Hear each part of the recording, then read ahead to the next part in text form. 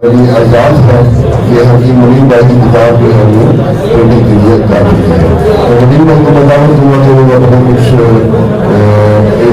तजुर्बात और इल्म और उसका अस्सलाम वालेकुम। ये गिलड़ के लिए जो ये गले के पास गिलड़ बन जाता है उसके लिए मुजरब नुस्खा: पोटाशियम आयोडम 1 ग्राम, गंधक अम्लसार 1 ग्राम, चीनी का खल और लोहे का डंडा इसमें खल करके फौरी कैप्सूल भर दें। 0 वाले छोटे सबसे छोटे कैप्सूल भर के रोजाना 1 कैप्सूल अमरा दूध, अब 1 कैप्सूल अमरा दूध दें। 7 दिन के अंदर गिलड़ खत्म हो जाएगा अल्लाह ताला के फजल से।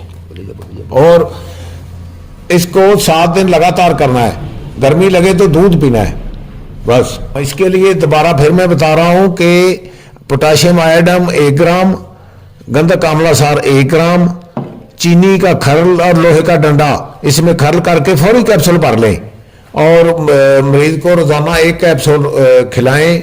आंवला औरतों को ना खिलाएं, आंवला औरतों को मत खिलाएं ये।